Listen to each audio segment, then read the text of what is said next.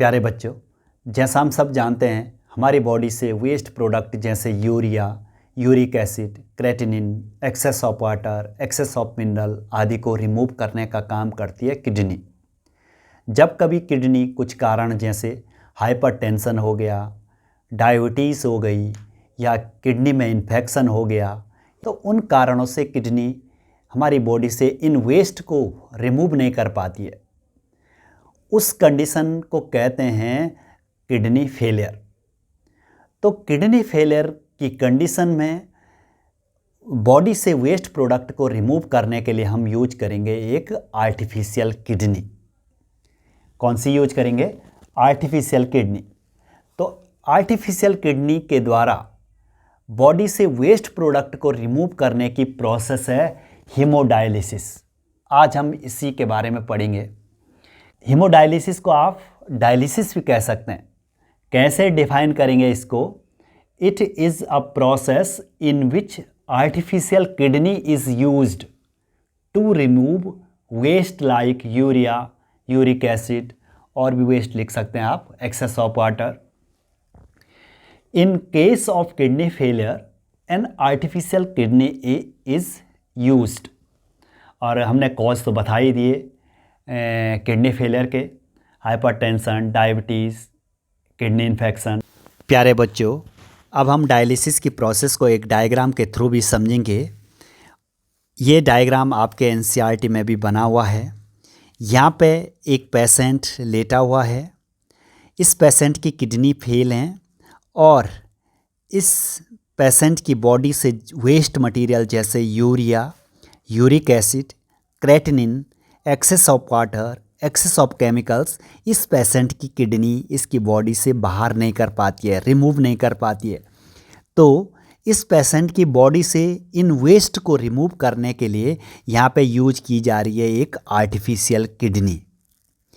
इस artificial kidney के अंदर एक सॉल्यूशन भरा होता है। उस सॉल्यूशन का नाम है डायलाइजिंग सॉल्यूशन। इस सॉल्यूशन का नाम क्या है? Dialysing solution. यहाँ पे फ्रेश डायलाइजिंग सॉल्यूशन का इनपुट है।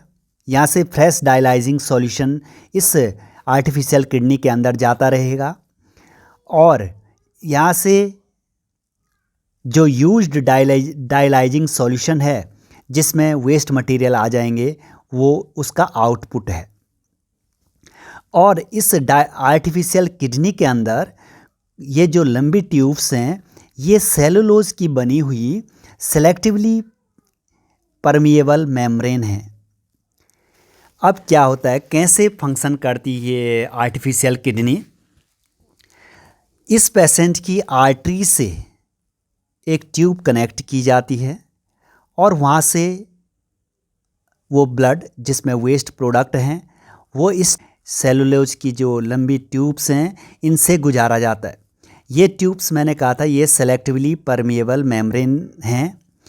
जैसे ही इन ट्यूब्स में वो ब्लड आता है जिसमें वेस्ट प्रोडक्ट हैं, तो वो वेस्ट प्रोडक्ट इस सेलुलोज से इस डायलाइजिंग सॉल्यूशन में आ जाते हैं। वे वेस्ट डिफ्यूजन की प्रोसेस से वो सारे वेस्ट इस सॉल्यूशन में आ जाएंगे और वो सॉल्यूशन उन वेस्ट को लेके ये आउट हो जाएगा, यहाँ पे कलेक्ट हो जाएगा और जो ब्लड साफ़ हो जाएगा जिसमें वेस्ट प्रोडक्ट नहीं होंगे, वो इस ट्यूब के द्वारा पेशेंट की बॉडी के अंदर वेंस में एंटर करा दिया जाएगा। सिंपल प्रोसेस है। इस पेशेंट की किडनी प्रॉपर काम नहीं कर पा रही हैं, तो इसकी बॉडी से ब्लड को साफ़ करने के लिए ये आर्टिफिशियल किडनी यूज की जा रही है। और इस आर्टिफिशियल किडनी के अंदर जो सॉल्यूशन है वो क्या काम है? डायलाइजिंग सॉल्यूशन है और उस डायलाइजिंग सॉल्यूशन का ये इनपुट है और ये यूज्ड डायलाइजिंग सॉल्यूशन का आउटपुट है। यहाँ पे जो ट्यूब्स हैं वो सेलुलोज की बनी हुई हैं।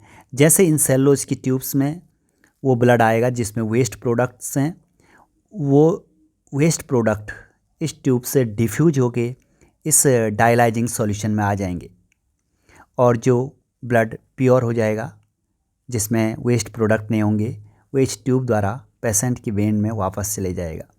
ये समझना है आपको इस प्रोसेस में।